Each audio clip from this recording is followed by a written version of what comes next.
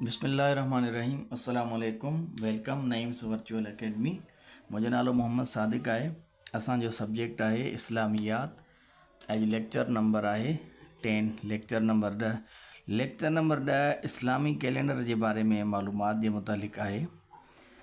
छो त असांजो सब्जेक्ट जेको आहे उहो इस्लामियात आहे ऐं इस्लामियात में जेको इस्लामी कैलेंडर आहे उनजी तमामु घणी अहमियत आहे ऐं उनजी तारीख़नि जे बारे में सवाल ईंदा आहिनि ऐं उन्हनि जे महीननि जे बारे में सवालात ईंदा आहिनि त कहिड़ो महीनो, मसलन इहो सुवालु ईंदो आहे त शाबान इस्लामी कैलेंडर में कहिड़े नंबर ते आहे या रमज़ान इस्लामी महीने में कहिड़े नंबर ते आहे।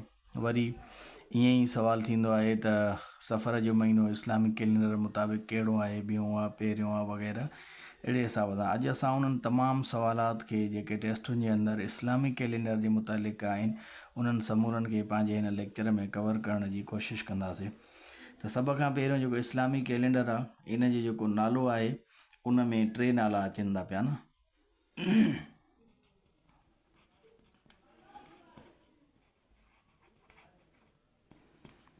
इस्लामी कैलेंडर हाणे इनखे जेको आहे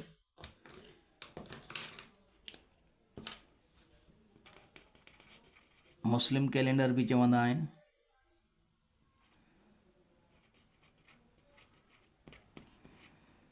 ऐं इनखे हिजरी कैलेंडर बि चवंदा आहिनि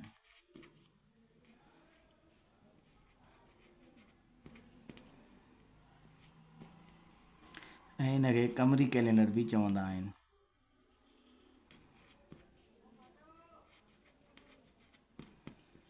मुस्लिम कैलेंडर इनखे हिन जे करे चवंदा आहिनि त मुस्लमाननि जा जेके बि मामलात आहिनि, इबादतूं आहिनि, उहे समूरियूं जी समूरियूं इस्लामिक कैलेंडर जे मुताबिक़ हूंदियूं आहिनि। मसलन जीअं रमज़ान जो महीनो हली रहियो आहे त रमज़ान जो जेको माना चंड आहे, चंड ॾिसण सां मुस्लमान रोज़ा रखंदो आहे त उहो बि हिन जे मुतालिक़ आहे। ऐं ईअं ई मुस्लमान हज अदा कंदा आहिनि या ज़कात वग़ैरह ॾींदा आहिनि त ज़कात में हिकिड़ी शर्त आहे त पूरो जो पूरो साल गुज़रे त उन में माना मसलन हाणे रमज़ान जो महीनो हली रहियो आहे, जेकॾहिं कोई शख़्स मालदार थी वियो त उनखे वरी अॻिलो रमज़ान ईंदो त पोइ ज़कात माना फ़र्ज़ु थींदी न, उनजो हिसाबु किताबु थींदो। ईअं ई जेकॾहिं को शख़्स का औरत आहे उनजो मुड़ुसु फौत थी वञे थो पियो ऐं उनखे इद्दत जा ॾींहं काउंट करणा आहिनि त उहे बि जेको आहे इस्लामी कैलेंडर मुस्लिम कैलेंडर जे हिसाब सां ई थींदा। जीअं वफ़ात जी जेका इद्दत आहे उहा आहे 4 महीना 10 ॾींहं।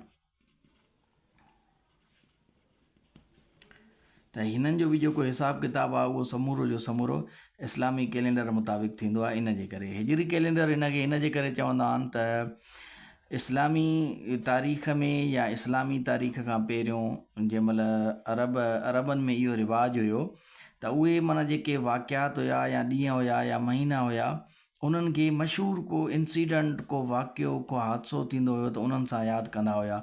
जीअं तव्हां ॾिसो त सीरत में जॾहिं असां सीरत पढ़ूं था त उन में हिकिड़ो लफ़्ज़ अचे थो पियो आमुल फ़ील। आमुल फ़ील हाणे इहो आमुल जेको फ़ील आहे यानी हाथी, आम जी माना आहे साल, अलफ़ील माना आहे हाथी, अरबी लफ़्ज़ आहे न, हाथियुनि वारो साल। हाणे इहो हाथियुनि वारो साल जेको आहे इहो इन जो वाक़ियो कीअं आहे, इन जो वाक़ियो तफ़सील सां सूरह अलम तर कैफ़ फ़अल रब्बुक बिअस्हाबिल फ़ील क़ुरान पाक में मौजूदु आहे। तफ़सील तव्हां उन में पढ़ी सघो था। थोरो मुख़्तसर मां तव्हांखे ॿुधायां त हिकिड़ो बादशाह हुयो यमन जो, उनजो नालो हुयो अबराह। उन यमन में हिकिड़ो काबतुल्ला आहे जो मॉडल ठारायो ऐं माण्हुनि खे चए पियो त हाणे तव्हां मके में वञी करे काबे जो तवाफ़ु न कयो बल्कि यमन में तव्हां जेको इहो मां मॉडल ठारायो आहे इन जो तव्हां तवाफ़ु कयो। पोइ मके जे माण्हू खे हिकिड़े गैरत आई, उहो वियो ऐं उते जेको आहे पलीती वग़ैरह करे आयो। जॾहिं इहा ख़बर बादशाह खे पई त मां जेको घरु ठारायो हुयो उन जी बेहुरमती थी आहे, लिहाज़ा उहो हाथियुनि जो लश्कर वठी करे मके ते अची करे काबतुल्ला खे किराइण जे इरादे सां जेको आहे रवानो थी वियो ऐं मिना जे मक़ाम में पहुतो। अल्लाह ताला पंहिंजे घर जी पाण हिफ़ाज़त फरमाई। हिकिड़ा नंढड़ा परिंदा जंहिंखे क़ुरान पाक में अबाबील चयो वियो, उहे अबाबील आया उन्हनि जे उन्हनि खे पथरियूं, उन्हनि पथरियुनि जो वसकारो कयो उन्हनि जे मथां, त सॼो जो सॼो लश्कर तबाह थी वियो न। त इहो आमुल फील जेको आहे इहो माना मशहूरु हिकिड़ो अरब जे अंदरि वॾो वाक़ियो थियो, इन जे करे आमुल फील। हाणे असां जॾहिं सीरत जा किताब पढ़ंदा आहियूं न, त उन में असांखे माना मुस्तफ़ा करीम सल्लल्लाहु अलैहि वसल्लम जी जेका हिजरत आहे उन में इहो लफ़्ज़ ईंदो आहे त बाबा मुस्तफ़ा करीम जन जी जेका हिजरत आहे उहा आमुल फील यानी हाथी वारे साल जे 55 ॾींहंनि खां बाद में थियो न। जेका विलादत मुबारक आहे आमुल फील जे 55 ॾींहं बाद जेको आहे विलादत थी। ॿियो ईअं ई जेको आहे मुस्तफ़ा करीम जी मक्की ज़िंदगी में हिकिड़ो जेको आहे लफ़्ज़ अचे थो आमुल हुज़्न। हाणे इन जी माना आहे ग़म जो साल, ॾुख जो साल। हाणे इन खे ग़म जो साल छो चयो वेंदो आहे? इन जे करे चयो वेंदो आहे त इहो जेको आहे 10 नबवी ते पेश आयो न आमुल हुज़्न। इहो बि सुवालु ईंदो त आमुल हुज़्न जेको आहे कहिड़ी नबवी ते थियो न, 10 ते। हाणे इन में छा थियो? इन में मुस्तफ़ा करीम सल्लल्लाहु अलैहि वसल्लम जा 2 अहिड़ियूं प्यारियूं शख़्सियतूं जेकी मुस्तफ़ा करीम सल्लल्लाहु अलैहि वसल्लम जी मक्की ज़िंदगी में हुज़ूर जन जो तमामु घणो सहारो हुयूं। उहा हिकिड़ी हज़रत ख़दीजा जेका मुस्तफ़ा करीम सल्लल्लाहु अलैहि वसल्लम जन जी पहिरीं घरवारी आहिनि, हज़रत ख़दीजतुल कुबरा, ऐं ॿियो हज़रत अबू तालिब। इन ॿिन्ही शख़्सियतनि जो जेको आहे विसाल थियो इन साल न, त इन जे करे हिनखे आमुल हुज़्न चयो वेंदो आहे, यानी ग़म जो साल। यानी मुस्तफ़ा करीम सल्लल्लाहु अलैहि वसल्लम जेको मक्की ज़िंदगी जेका इंतिहाई टफ हुई, जंहिंमें काफ़र तरह तरह जा ज़ुल्म मज़ालिम कंदा हुआ, उन्हनि में जेको दिफ़ा हुयो हज़रत ख़दीजतुल कुबरा जो ऐं हज़रत अबू तालिब जो जेको किरदारु हुयो उहो तमामु बहितरीनु जेको आहे किरदारु हुयो। इन जे करे नबी पाक सल्लल्लाहु अलैहि वसल्लम हिनखे ग़म जो साल करार ॾिनो, छो जो हिकिड़े ई साल हिकिड़े ई महीने में सिर्फ़ु 3 ॾींहंनि जे फ़ासिले ते जेको आहे इन्हनि ॿिन्ही शख़्सियतनि जो विसाल थी वियो। इन जे करे इनखे आमुल हुज़्न चयो वेंदो आहे। उनखां पोइ सीरत जी किताबनि में हिकिड़ो लफ़्ज़ ईंदो अथव आमुल वफ़ूद। हाणे आमुल वफ़ूद इहो जेको आहे न कहिड़े साल खे चयो वेंदो आहे? 9 हिजरी वारे साल खे चयो वेंदो आहे न, 9 हिजरी खे। हाणे इनखे आमुल वफ़ूद छो चयो वेंदो आहे? असल हीअं हुयो त इन साल में काफ़ी जेको आहे वफ़द जेको आहे नबी पाक सल्लल्लाहु अलैहि वसल्लम जी ख़िदमत में इस्लाम उन्हनि क़बूल कयो। एतिरा वफ़द आया जो उन्हनि खे माना आमुल वफ़ूद चयो, यानी वफ़दनि वारो साल चयो वियो। इहो आहे 9 हिजरी ते। हाणे हे आमुल फील जे बारे में बि सुवालु ईंदो अथव त आमुल फील छा आहे, उनजे बादशाह जो नालो छा आहे? त उनजे बादशाह जो जेको नालो हुयो उहो हुयो अबरहा। आमुल हुज़्न ग़म जो साल आहे, इन जी माना पुछंदा अथव ग़म जो साल।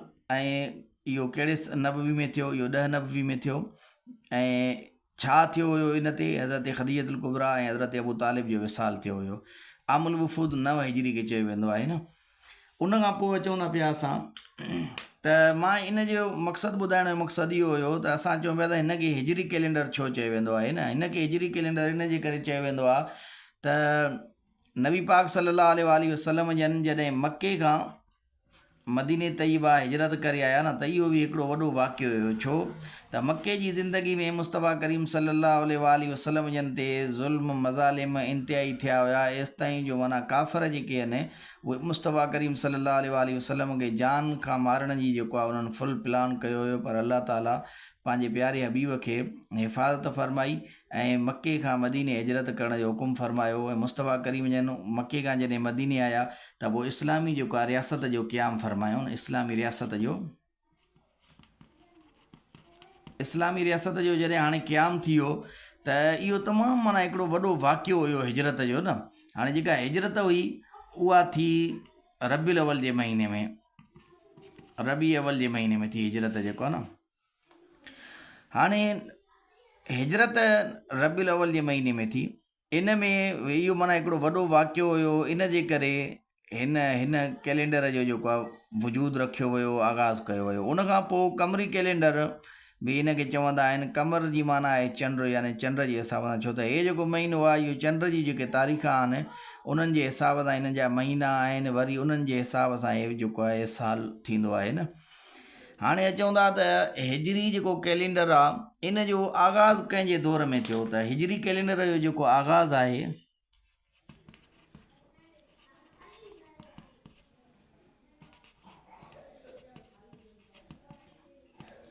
इहो हज़रत उमर फ़ारूक रज़ी अल्लाह ताला अन्हु जे दौर में थियो।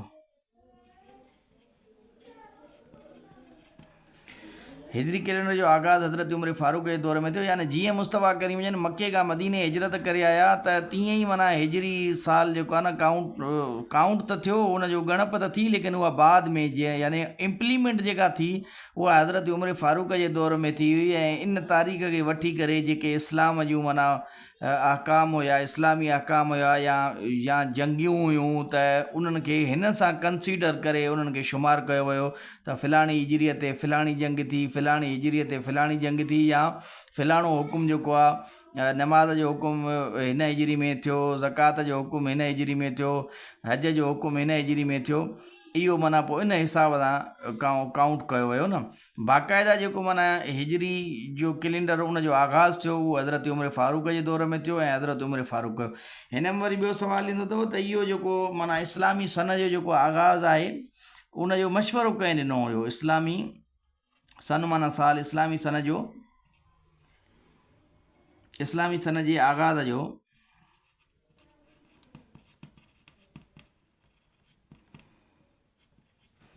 मशवरो जेको आहे उहो हज़रत अली साईं जन ॾिनो हुयो इस्लामी सन जे आगाज़ जो, त हिजरत खां जेको आहे न साल जेको आहे शुरू कयो वञे। त इन जो जवाबु आहे हज़रत अली उल मुर्तज़ा। उन खां पोइ वरी हिकिड़ो ॿियो सुवालु ईंदो आहे त हिजरत त थी रबीउल अव्वल में, पर इस्लामी जेको कैलेंडर आहे उन में जेको पहिरियों महीनो आहे उहो मुहर्रम अचे थो, त इहो कीअं थियो? त पोइ इहो जेको आहे इस्लामी साल जो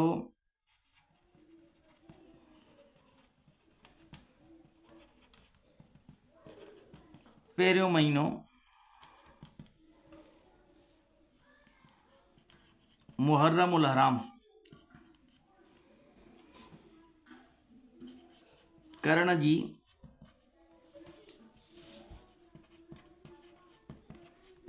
तजवीज़। हाणे इहा जेका तजवीज़ हुई इहा हज़रत उस्मान गनी रज़ी अल्लाह ताला अन्हु इहा तजवीज़ ॾिनी त बाबा इस्लामी साल जो जेको पहिरियों महीनो आहे उहो मुहर्रम उल हराम खे कयो वञे, छो त इहो हुर्मत वारो महीनो आहे। उन खां पोइ हिकिड़ो वरी सुवालु ईंदो अथव इन में ई त अरब जा माण्हू कहिड़नि महीननि में जंग करणु हराम सम्झंदा हुया न? इहो सुवालु मां लिखी थो छॾियां। अरब जा माण्हू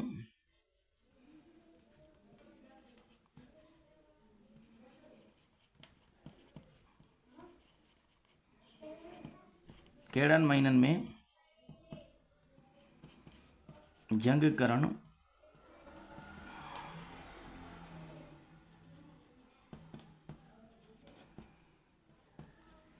अरब जा माण्हू कहिड़नि महीननि में जंग करणु हराम सम्झंदा हुया? त हिकिड़ो आहे मुहर्रम जो महीनो, ॿियो आहे रजब जो महीनो, टियों आहे ज़ुल्क़ादा जो महीनो,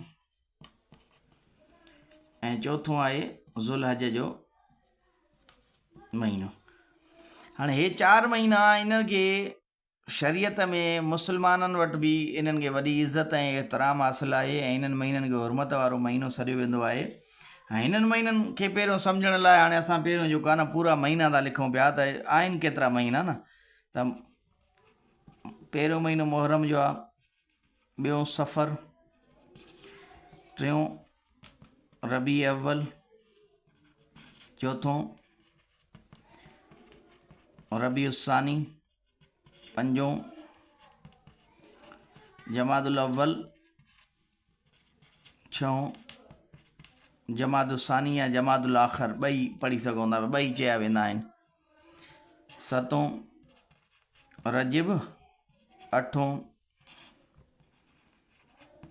शाबान जो महीनो, 9 रमज़ान जो महीनो, ऐं 10 शवाल जो महीनो जंहिंमें ईद उल फितर थींदी आहे, 11 ज़ुल्क़ादा या ज़िलक़ादा, ॿई पढ़ी सघूं था, ज़ुल्क़ादा जो महीनो, ऐं 12 ज़ुलहज जो महीनो जंहिंमें हज थींदो आहे, ज़ुलहज, ऐं हिन में ईद उल अज़हा बि थींदी आहे। त हाणे हिन में सुवालु ईंदो आहे त इस्लामी पहिरियों महीनो कहिड़ो आहे? त उनजो जवाब बि अची वियो त इस्लामी पहिरियों महीनो जेको आहे मुहर्रम आहे, ॿियों महीनो कहिड़ो आहे? सफ़र आहे, टियों रबीउल अव्वल, चौथों रबी उसानी, पंजों जमादुल अव्वल, ईअं ई माना उन तरतीब सां जेको आहे अची वियो आहे। वरी सुवालु इहो बि थींदो अथव त त इस्लामिक कैलेंडर मुताबिक़ 7हों महीनो कहिड़ो आहे त 7हों महीनो रजब आहे। इस्लामिक कैलेंडर मुताबिक़ 8हों महीनो कहिड़ो आहे, 9हों महीनो कहिड़ो आहे, 10हों महीनो कहिड़ो आहे, 11हों कहिड़ो आहे, 12हों कहिड़ो आहे। अहिड़े हिसाब सां माना जेकॾहिं इहे सुवाल कयूं त 10 सुवाल माना पहिरियों महीनो मुहर्रम, ऐं मुहर्रम काऊं नंबर ते आहे त माना 20, इहे 24 सुवाल तव्हांजा हिते ई माना हल थी विया न। त हिननि खे तव्हांखे इहा यादि करणी पवंदी, हिकु दफ़ो यादि थी वेंदी त उनखां बाद में तव्हांखे कॾहिं वरी यादि करण जी ज़रूरत न पवंदी। अच्छा, हाणे अचूं था पिया, हे त थी विया ॿी वरी एडिशनल कुझु मालूमात न। हाणे हे मुहर्रम, रजब, ज़ुल्क़ादा ऐं ज़ुलहज, इन्हनि खे हुरमत वारा महीना बि चयो वेंदो आहे। हुरमत वारा महीना जेको आहिनि इहे 4 आहिनि। अशुरे हुरुम जो हिकिड़ो लफ़्ज़ इस्तेमालु थींदो आहे, यानी हुरमत वारा महीना लिखी था छॾियूं पाण। उहे हुरमत वारा महीना बि जेको आहे मुहर्रम, रजब, ज़ुल्क़ादा ऐं ज़ुलहज, इहे 4 महीना जेके आहिनि हुरमत वारा महीना सॾिबा आहिनि। उनखां पोइ जेको आहे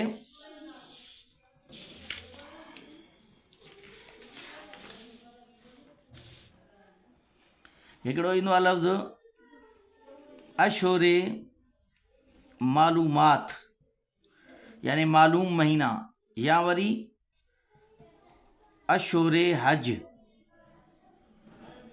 हज जा महीना। हाणे उहे महीना कहिड़ा आहिनि, अशोरे मालूमात या अशोरे हज, त उहे 3 महीना आहिनि। शवाल जो महीनो आहे, ज़ुल्क़ादा जो महीनो आहे ऐं ज़ुलहज जो महीनो आहे। हाणे इन्हनि खे अशोरे हज या अशोरे मालूमात इन जे करे चयो वेंदो आहे त इन्हनि महीननि में माना हज थींदो आहे। जेके हाजी सगोरा शवाल में पंध अॻे हज जो रिवाजु हूंदो हुयो त शवाल खां पंधु शुरू कंदा हुया, यानी हज जा पंधु शुरू कंदा हुआ, पोइ ज़ुल्क़ादा जे आख़िरी में पुॼंदा हुआ, वरी ज़ुलहज में जेके माना अहकामात हूंदा हुया हज जा उहे अदा कंदा हुया। वधीक जेका हिन जी डिटेल आहे, तफ़सील आहे, उहा असां इंशाअल्लाह हज जे अंदरि पढ़ंदासीं। उनखां पोइ हिकिड़ो लफ़्ज़ ईंदो आहे अय्याम मादूदात।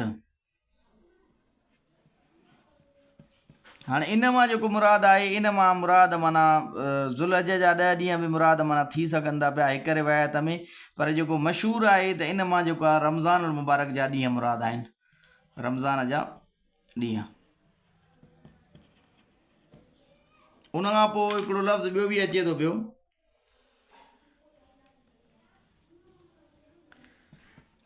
अय्याम बीज़। हाणे इहे अय्याम बीज़ इहे कहिड़ा ॾींहं आहिनि, इहे इस्लामी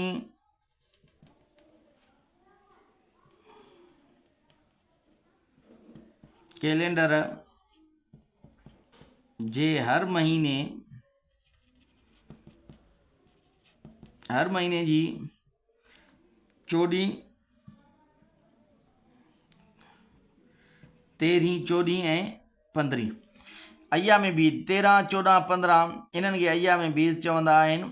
ऐं अय्याम मादूदात जेको आहे क़ुर में बि आयो आहे, इन में मशहूरु जेको आहे उहो रमज़ान जा ॾींहं आहिनि। अशोरे मालूमात या अशोरे हज, इहे 3 महीना आहिनि, शवाल, ज़ुल्क़ादा, ज़ुलहज, ऐं अशोरे हुरुम, हुरमत वारा महीना मुहर्रम, रजब, ज़ुल्क़ादा ऐं ज़ुलहज। उनखां पोइ असां अच्छा हिते जेको आहे थोरी अञा वधीक मालूमात पढ़ूं था पिया। हाणे जेको रमज़ान आहे न, उनखे सैयद शुहूर बि चयो वेंदो आहे, यानी महीननि जो सरदार। हाणे रमज़ान जे पहिरें ॾहाके खे जेको आहे उहो अशराए रहमत चयो वेंदो आहे। इहो सुवाल बि ईंदो अथव। ॿिए ॾहाके खे, यानी ॿिया जेके 10 ॾींहं आहिनि विचां, अशराए मग़फ़िरत। ऐं जेको आख़िरी ॾहों आहे अशराए निजाते नारे जहन्नम, जहन्नम जी बाहि खां आज़ादीअ जो ॾोह। सईद शुहूर त रमज़ान जे महीने खे चवंदा आहिनि। ॿियो वरी हिकिड़ो लफ़्ज़ अथव सईदुल अय्याम। हाणे सईदुल अय्याम मां छा मुराद आहे, इन मां मुराद आहे जुमे जो ॾींहुं, जुमअतुल मुबारक खे, इनखे सईदुल अय्याम बि जेको आहे चवंदा आहिनि। ॿियो हिकिड़ो लफ़्ज़ ईंदो आहे छो त हे अयाम आहे न, अयाम अचे थो पियो, या अयाम बीज़, अयाम मादूदात, या जेको आहे अशोर मालूमात। अच्छा, हिकिड़ो लफ़्ज़ अञा पोइ हिते रहिजी वियो, अयाम मालूमात। इन मां मुराद ज़ुल हज जा पहिरियां 10 ॾींहं।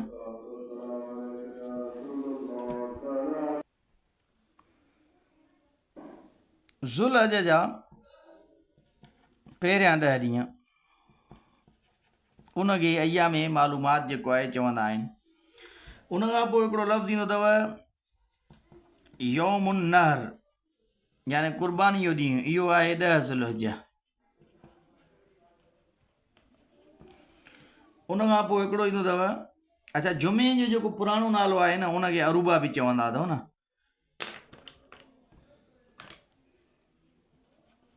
अरूबा पुराणो नालो जुमे जो।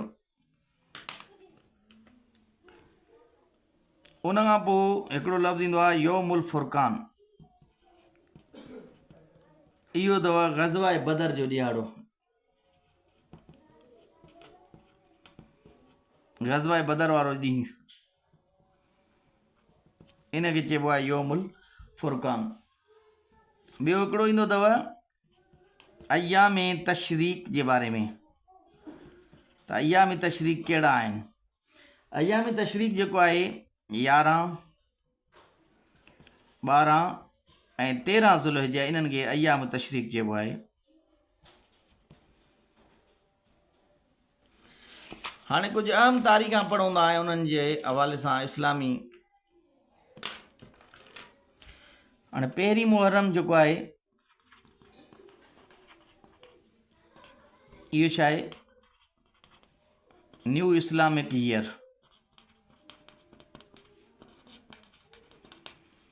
उन खां पोइ 10 मुहर्रम 61 हिजरी।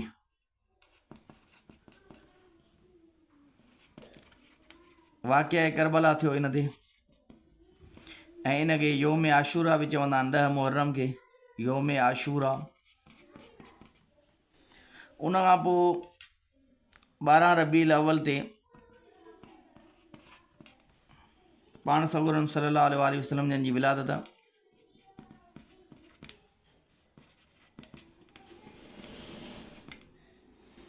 उन खां पोइ 13 रजब ते हज़रत अली साईं जी विलादत।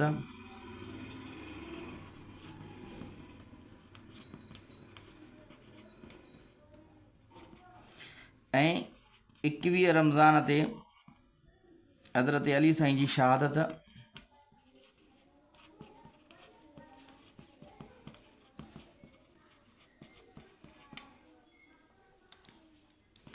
सतावीह रजब, हे असल मुनासिबत हुई न, विलादत आई त हाणे शहादत ॿिन्ही जो ज़िक्र थी वियो, ताकी माना 2 तारीख़ तव्हांखे यादि पवंदियूं।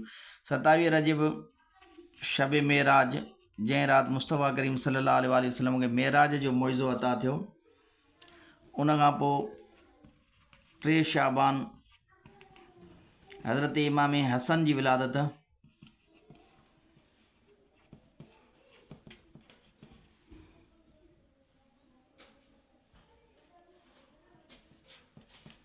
सॉरी, हज़रत इमाम हुसैन जी विलादत।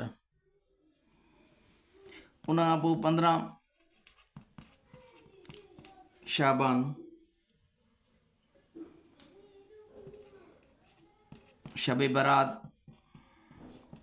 यानी छोटकारे वारी राति। इन जे बारे में बि सुवालु ईंदो अथव। उन खां पोइ अचूं था 17 रमज़ान ते। फ़िलहालु जेके मूंखे तकड़ में यादि ईंदा वञनि था उहे लिखंदा था वञूं। 17 रमज़ान ते जंग बदर थी। 17 रमज़ान ते हज़रत आयशा सिद्दीक़ा रज़ी अल्लाह ताला अन्हा जो विसाल बि थियो। हीअ 2 हिजरी में थी, ऐं विसाल जेको आहे 58 हिजरी में थियो। 13 शवाल ते ईद उल फितर।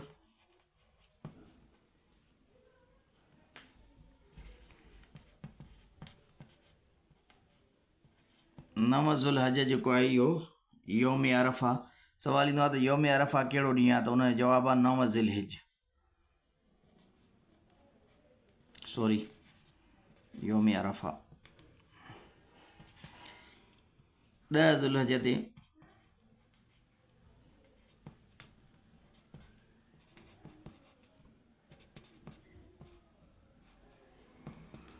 योम उल अदहा या ईद उल उज़हा ॿई चई सघूं था पिया। पहिरीं मुहर्रम खां शुरू कयोसीं 10 ज़ुल्हज ताईं। इस्लाम जो पहिरियों जेको आहे इस्लामी कैलेंडर जो महीनो मुहर्रम आहे, आख़िरी जेको आहे ज़ुल्हज आहे।